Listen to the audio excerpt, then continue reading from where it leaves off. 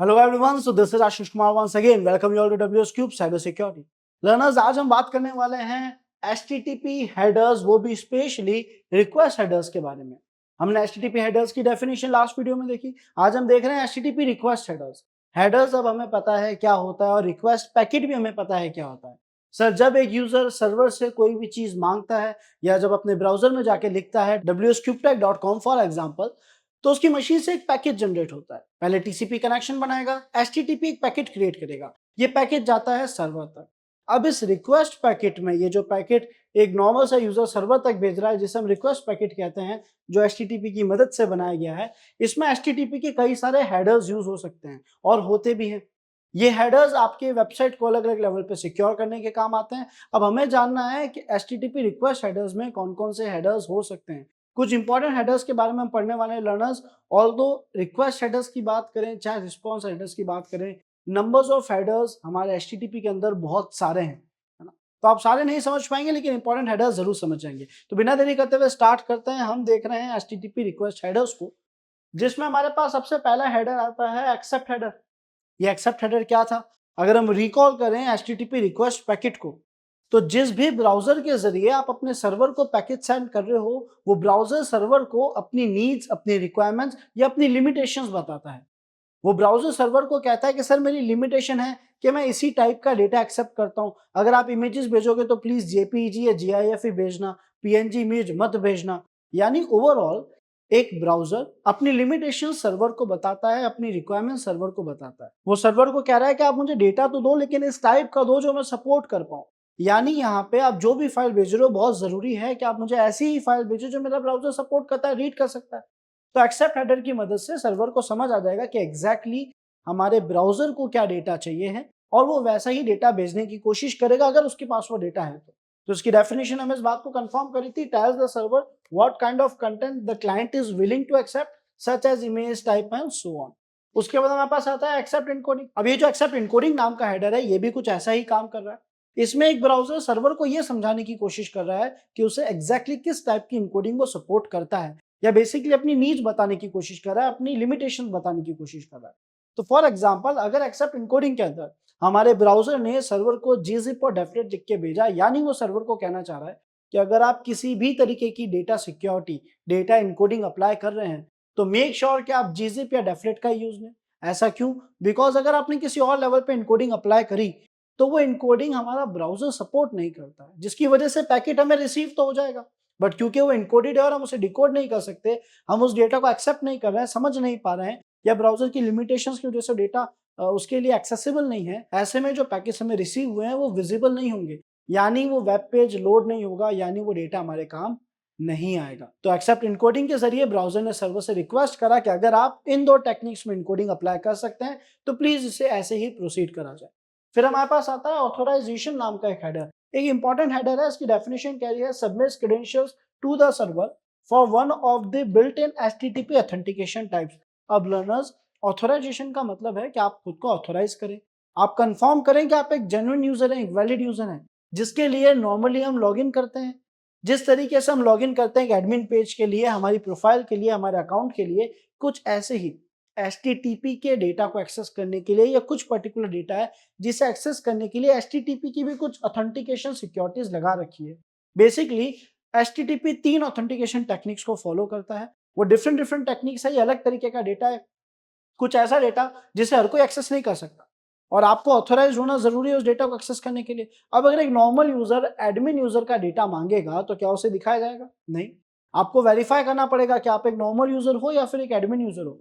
उसके लिए हम अलग अलग तरीके के ऑथेंटिकेशन परफॉर्म करते हैं, जैसे हम लॉगिन करते हैं, अगर अपने बायोमेट्रिक से उसकी आइडेंटिटी बता सकते हैं तो वो भी करते हैं। फिलहाल यहाँ पे अगर आपने लॉगिन एक्टिविटी परफॉर्म करी, हमारे नॉर्मल लॉगिन पेज वाली नहीं, एचटीटीपी की, अगर मैंने कोई भी ऑथेंटिकेशन टेक्निक को यूज लिया है, तो मैं क्या करूंगा? अपने क्रेडेंशियल्स दूंगा, यूजर नेम पासवर्ड या कोई भी क्रेडेंशियल्स दूंगा। वो क्रेडेंशियल्स ऑथराइजेशन नाम का हेडर लेकर सर्वर तक जाएगा, जिससे सर्वर को पता पड़ जाएगा कि मैं एक जेन्युइन यूजर हूं। मेरे क्रेडेंशियल्स को चेक करेगा एचटीटीपी की ऑथेंटिकेशन टेक्निक्स के बिहाफ पे, वो क्रॉस चेक करेगा कि मेरा डेटा सही है या नहीं। अगर सही है तो इन दैट केस मैं ऑथराइज्ड बन जाऊंगा और मुझे वो डेटा मिल जाएगा। देन हमारे पास आता है कुकी नाम का एक इंटरेस्टिंग हेडर्स। अब लर्नर्स ये जो कंसेप्ट है कुकी का वो क्या है थोड़ा सा आइडिया लेते हैं, आगे चलकर और डिटेल में इस टॉपिक को पढ़ेंगे। कुकी का मतलब है एक स्पेशल फंक्शन, एक स्पेशल हेडर जो बेसिकली एक यूजर को अलग अलग तरीके से वेरीफाई करने के लिए, उसकी आइडेंटिफिकेशन करने के लिए काम आता है। फॉर एग्जाम्पल सेशन आईडी, जब आप सही से लॉग इन कर लेते हो तो ताकि ये वेरीफाई कर सके कि भाई कौन सा यूजर कौन सा पैकेट भेज रहा है, किस यूजर ने क्या टास्क करा है। हर बार तो हम यूजर नेम पासवर्ड नहीं भेजेंगे, लेकिन एक बार यूजर नेम पासवर्ड देने के बाद हमें सेशन आईडी दे दी जाएगी जो हमारे कुकीज नाम के वेरिएबल में स्टोर हो जाएगी। अब होता क्या है कि मैं जितने भी टास्क करूंगा, मैं वेबसाइट पे कोई भी काम करूं, मैं वेबसाइट में लॉगिन करने गया, मैं वेबसाइट में अपनी प्रोफाइल फोटो चेंज करने गया, अपना पासवर्ड चेंज करने गया, मैंने वेबसाइट को जितनी भी रिक्वेस्ट सेंड करी है, हर रिक्वेस्ट में कुकी नाम का हेडर अलग अलग तरीके का डेटा लेके जाएगा सर्वर के पास, जैसे सेशन आईडी और अलग अलग तरीके की यूनिक आईडीज, जिसकी मदद से सर्वर को मुझे आइडेंटिफाई करने में, एक यूजर को उसके डिवाइस को आइडेंटिफाई करने में हेल्प मिलेगी। तो सर्वर को पता पड़ जाएगा कि अच्छा ये टास्क तो यूजर ए ने करा है, ये वाला टास्क यूजर बी ने करा है एंड सो टास्क यूजर सी ने करा है। एक यूजर के वेरिफिकेशन के लिए सेशन आईडीज और अलग अलग तरीके की आईडीज यूज ली जाती है। ये सारी आईडीज कुकीज में स्टोर करी जाती है और ये कुकी एक हेडर भी है। तो आप जितने भी रिक्वेस्ट पैकेट सेंड करते हो, हर रिक्वेस्ट पैकेट में कुकी नाम का हेडर ऐसा काफी सारा डेटा लेके सर्वर तक जाता है, जिससे सर्वर को आपकी ऑथेंटिसिटी या आपकी आइडेंटिफिकेशन करने में हेल्प मिलती है।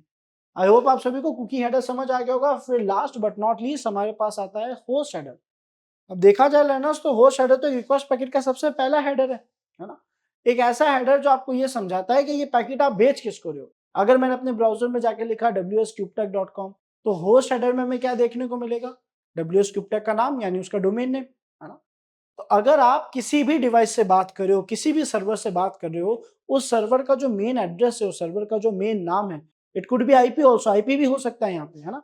चाहे आईपी हो, चाहे डोमेन नेम हो, जो भी उस सर्वर का एड्रेस है, वो एड्रेस होस्ट के अंदर लिखा जाएगा कि ये पैकेट एग्जैक्टली जा कहाँ रहा है। तो ये थे हमारे रिक्वेस्ट के कुछ बेसिक हेडर्स। अब हम कुछ और हेडर्स की तरफ जाएंगे, कुछ और एडवांस हेडर्स की तरफ जाएंगे, जिसमें हमारे पास आता है सबसे पहला हेडर इफ मॉडिफाई सिंस, जिसकी डेफिनेशन क्या बता रही है हमें? ये कह रहा है use date to confirm the changes and use 304 not modified. जिसका मतलब क्या है मैं आपको समझाता हूं।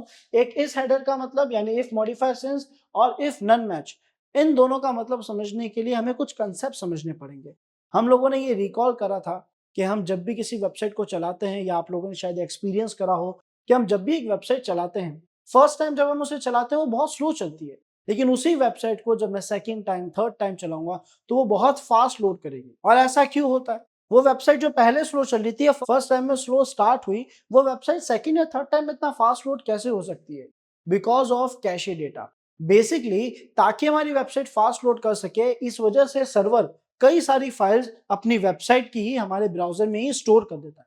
बिकॉज हमें पता है जब भी हम किसी वेबसाइट का नाम लिखते हैं, फॉर एग्जाम्पल wscryptech.com, तो पहली बार जब मैं wscryptech का नाम लिखूंगा, मेरी मशीन से रिक्वेस्ट जाएगा सर्वर के पास, कहेगा मुझे आपकी वेबसाइट चाहिए। अब वेबसाइट में बहुत सारे कोड्स हैं, बहुत सारे प्रोग्राम्स हैं, बहुत सारी फाइल्स हैं। सर्वर मुझे एक एक करके वो सेंड करता रहेगा, और जब तक वो डेटा मेरे पास पूरा ना रिसीव हो, मेरी वेबसाइट लोड हो रही होगी, यानी स्टार्ट हो रही होगी। अब ये जो प्रोसेस पहली बार करा, इसमें टाइम लगा। सर्वर कह रहा है आप जितनी बार वेबसाइट चलाओगे, आप रिक्वेस्ट भेजोगे, रिप्लाई आने में टाइम लगेगा, क्योंकि इतने सारे पैकेज से बड़ी वेबसाइट है, तो ये तो हर बार लोडिंग टाइम बढ़ाती चली जाएगी। हाँ, बेसिकली लोडिंग टाइम एक ज्यादा रहेगा, और एक बेटर यूजर एक्सपीरियंस के लिए अच्छी चीज नहीं है कि हमारा वेबसाइट बहुत ज्यादा लोड ले, और एक बेटर यूजर एक्सपीरियंस के लिए ये अच्छी चीज नहीं है कि हमारी वेबसाइट बहुत ही स्लो लोड हो रही है, बहुत ही स्लो स्टार्ट हो रही है। तो ऐसे में कैशे पेजेस का यूज लिया गया। सर्वर ने कहा एक काम करते हैं, ये मेरी वेबसाइट है, इसके ये कुछ पेजेस है, आप अपने ब्राउजर में ही सेव कर लो, और जब भी आप वेबसाइट लोड करोगे, आपके ब्राउजर से ही उन पेजेस को कॉल कर लिया जाएगा। तो अब जो आपकी वेबसाइट है वो पहले के कंपैरिजन में फास्ट लोड होगी। लेकिन इन कैशे पेजेस को जब हमारे ब्राउजर में भेज दिया, अब सर्वर क्या करता है, पूरी वेबसाइट के प्रोग्राम को थोड़ा सिक्योर करके हमारे ब्राउजर तक भेज देता है। हमारा ब्राउजर क्या करता है, उस पेज को डायरेक्टली कॉल कर लेता है, और हमारी वेबसाइट फास्ट लोड होती है सेकंड और थर्ड टाइम से।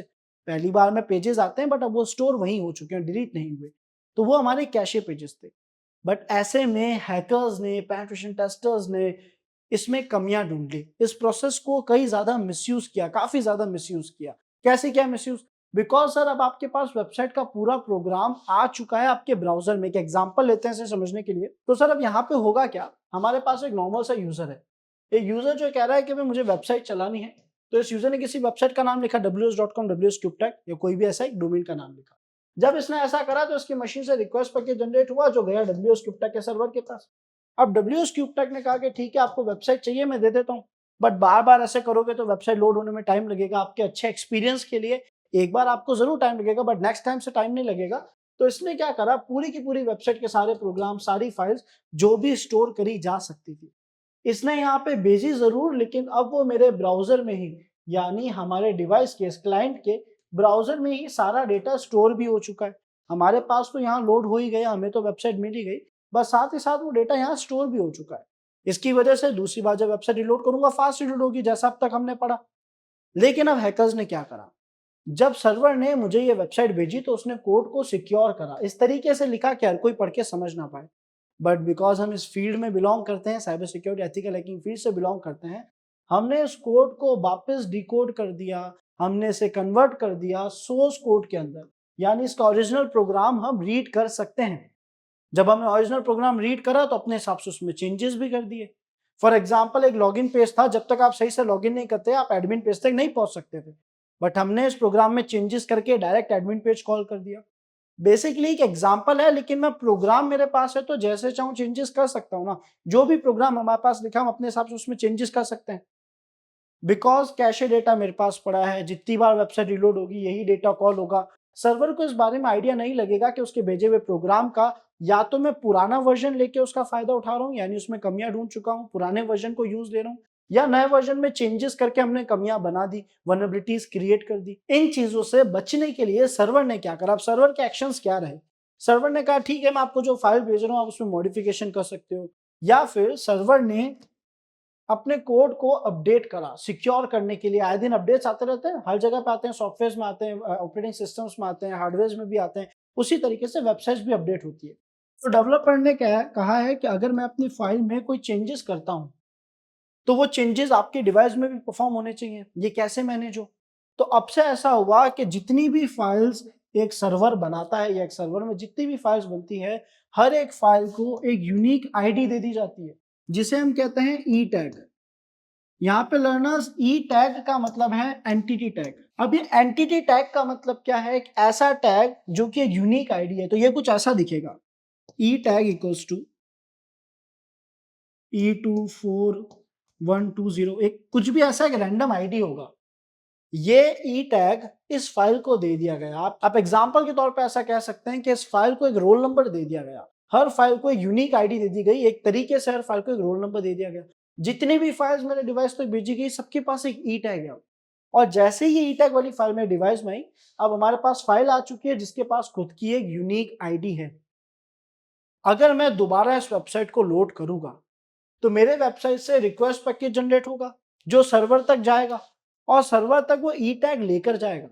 तो सर्वर देखेगा कि भाई उसके पास जो फाइल है, सर्वर के पास जो ओरिजिनल फाइल है और जो फाइल का ई टैग ये लेकर आया है, क्या इसका टैग और इसका ई टैग दोनों मैच हो रहे हैं कि नहीं। अगर इन दोनों के ये कोड्स बिल्कुल मैच हो रहे हैं तो इसका मतलब यहाँ कोई चेंजेस नहीं हुए हैं, सर्वर में भी कोई अपडेट्स नहीं हुए हैं, यानी सर्वर की लेटेस्ट फाइल यहाँ भी पड़ी है, which is a good point, यानी ये सिक्योरिटी अपडेटेड है। तो यहाँ पे इस वेबसाइट को ये क्या कहेगा, इस यूजर को क्या कहेगा, ये कहेगा आपके पास जो फाइल थी अब उसी को यूज लो, यहाँ कोई इश्यू नहीं है, कोई प्रॉब्लम नहीं है, बिकॉज ये फाइल ऑलरेडी अपडेटेड है। दूसरे कुछ और तरीकों से भी ये वेरीफाई करेगा कि भाई यूजर ने कोई चेंजेस तो नहीं करे, इसके पास लेटेस्ट फाइल है या नहीं, और ये चेंजेस कैसे चेक करे जाएंगे, यानी दूसरे तरीके क्या है। तो सर अब हम आते हैं वापस अपने हेडर्स की तरफ।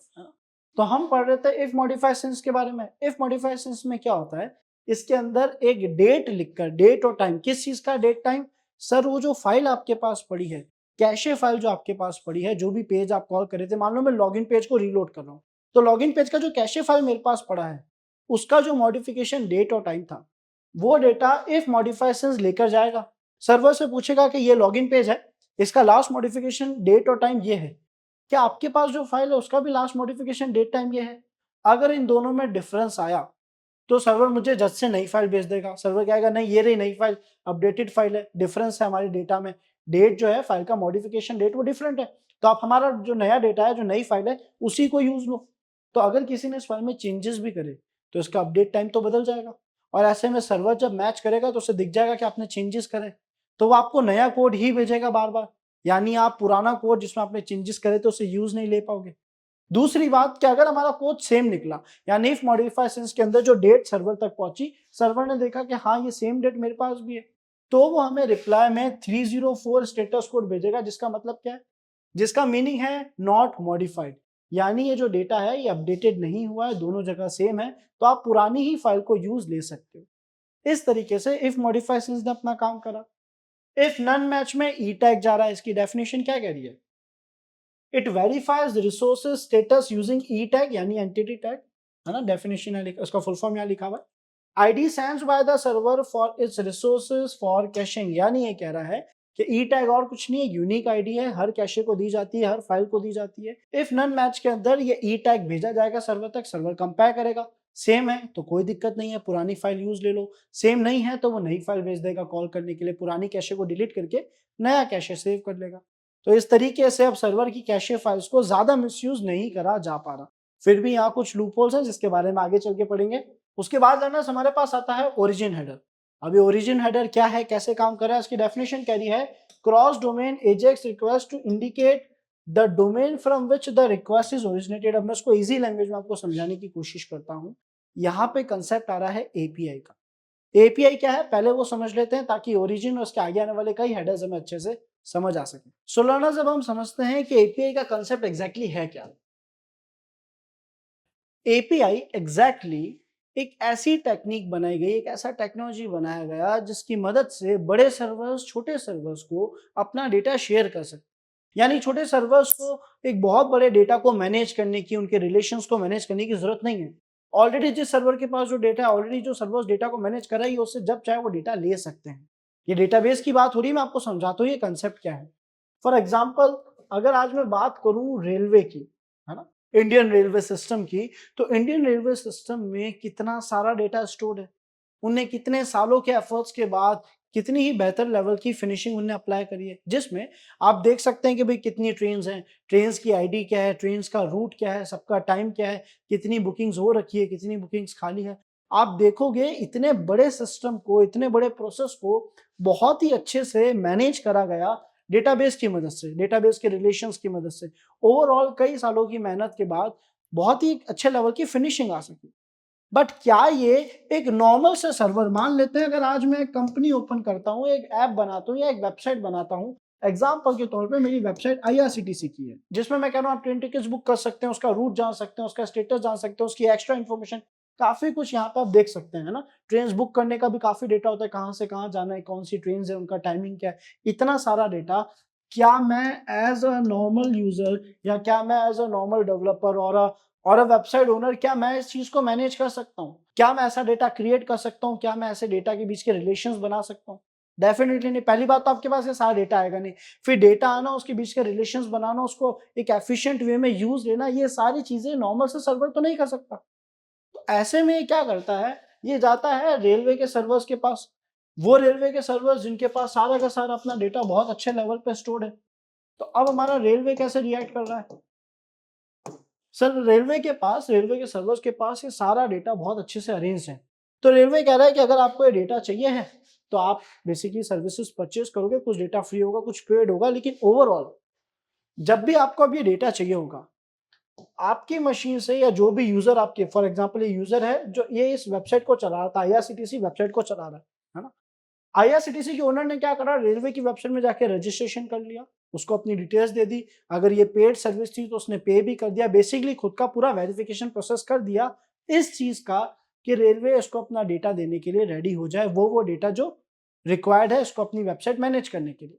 रेलवे ने सब कुछ वेरीफाई करा, क्रॉस चेक करा, जो डेटा दिया जा सकता तो वो बताया, सारी लिमिटेशंस बताई, सारा डेटा बताया क्या क्या दिया जा सकता है। इसने उसके लिए पे करा, जो भी अमाउंट डिसाइड हुआ था, जो भी उनकी पैकेज प्राइस होगी। ये करने के बाद क्योंकि खुद को वेरीफाई कर चुका है, तो यहाँ पे रेलवे ने क्या मेंशन कर दिया कि हाँ भाई ये वाला एक डोमेन है, ये डोमेन अगर मुझसे डेटा लेना आएगा तो मैं इससे डेटा दे दूंगा, ठीक है। सर्वर ने अपना अपना अपडेट कर दिया, मेन सर्वर ने। अब बीइंग अ नॉर्मल यूजर हमने क्या करा, अपने डिवाइस में आईआरसीटीसी की वेबसाइट ओपन करी, यानी मैं एक नॉर्मल यूजर हूँ और ये मेरा सर्वर है, मैं इससे बातचीत कर रहा हूँ। मैंने कहा कि भाई मुझे जोधपुर से जयपुर जाने की सारी ट्रेन दिखाई जाए, तो वो डेटा इसके पास तो नहीं है, यानी मेरी मशीन से पैकेज जनरेट होगा जो कहीं ना कहीं इसी के जरिए, लेकिन जाएगा तो सर्वर के पास। इस पैकेट में एक हेडर होगा, एक हेडर ओरिजिन नाम का। क्योंकि मैंने जो पैकेट भेजा है, सर्वर को कैसे पता पड़ेगा कि ये पैकेट किस डोमेन से आया है? भाई कई सारी वेबसाइट्स हैं, सर्वर को क्या पता, यानी रेलवे को क्या पता कि ये जो डेटा मांग रहा है कौन मांग रहा है? तो ओरिजिन नाम के हेडर के अंदर इस वेबसाइट का नाम लिखा होगा। मान लो इस वेबसाइट का नाम है irctc.com। तो ये irctc.com जो है, ये इस ओरिजिन हेडर के अंदर लिखा होगा, जो कि रिक्वेस्ट पैकेट मैंने जनरेट कराया उसमें है। ये रिक्वेस्ट पैकेट जब यहाँ पहुंचेगा तो इसे पता पड़ जाएगा कि हाँ, ये तो एक नॉर्मल यूजर है, ये एक ऐसा यूजर है जिसने वेरिफिकेशन करा है, मैं इसको ये डेटा दे सकता हूँ और ये वो डेटा भेज देगा। तो ये एपीआई का कंसेप्ट है कि बड़ा सर्वर छोटे सर्वर्स को अपना डेटा प्रोवाइड कर सके, अपनी सर्विसेज दे सके। एपीआई की मदद से पॉसिबल हुआ, यानी सारे यूजर्स को खुद का डेटा मैनेज करना, क्रिएट करना, ये सब नहीं करना पड़ रहा। जिसके पास ऑलरेडी डेटा पड़ा है उसकी सर्विसेज को, उसके डेटा को यूज दे रहे हैं। लेकिन ओरिजिन हेडर मदद करता है ये वेरीफाई करने में कि भाई ये एक जेन्युइन डोमेन, यानी एक रियल यूजर, यानी एक वेरीफाइड सर्वर जो है वो ये डेटा मांग रहा है कि नहीं मांग रहा है। हैकर्स यहाँ पे क्या करते हैं, ओरिजिन हेडर के अंदर अपना नाम लिख के देखते हैं, जैसे hack.com, खुद की वेबसाइट लिख के देख ली। तो जब ये पैकेज सर्वर पे जाएगा और अगर सर्वर के रूल्स अच्छे से कॉन्फ़िगर नहीं है, एक पॉलिसी होती है एसओपी पॉलिसी, अगर ऐसी पॉलिसीज में या सर्वर ने अपनी कॉन्फ़िगरेशन में सही से मेंशन नहीं करा कि किस डोमेन को क्या डेटा देना है, क्या नहीं देना है, और अगर उसने डेटा hack.com को दिया, तो ये तो वल्नरेबिलिटी है ना। एक ऐसा सर्वर जिसने खुद को वेरीफाई नहीं करा, ऑथेंटिकेट नहीं करा, इसकी सर्विसेज परचेज नहीं करी, वो उसके डेटा को यूज ले पा रहा है। बस ऐसी ही कमी को हम CRS, cross origin resource sharing कहते हैं, जिसमें ओरिजिन हेडर बहुत इंपॉर्टेंट रोल प्ले करता है। आपको मैंने एक वल्नरेबिलिटी के बारे में भी आइडिया दे दिया है इस ओरिजिन हेडर की वजह से। उम्मीद है सभी को ओरिजिन हेडर के बारे में समझ आया होगा। तो अभी ओरिजिन हेडर में क्या जा रहा है, cross domain AJAX request to indicate the domain from which the request originated, यानी ये बता रहा है कि ये रिक्वेस्ट किस डोमेन ने बनाकर भेजी है।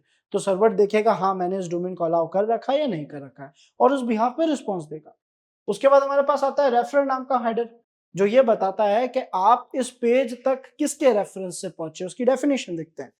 Specifies the URLs from which the current request is originated, ये कह रहा है।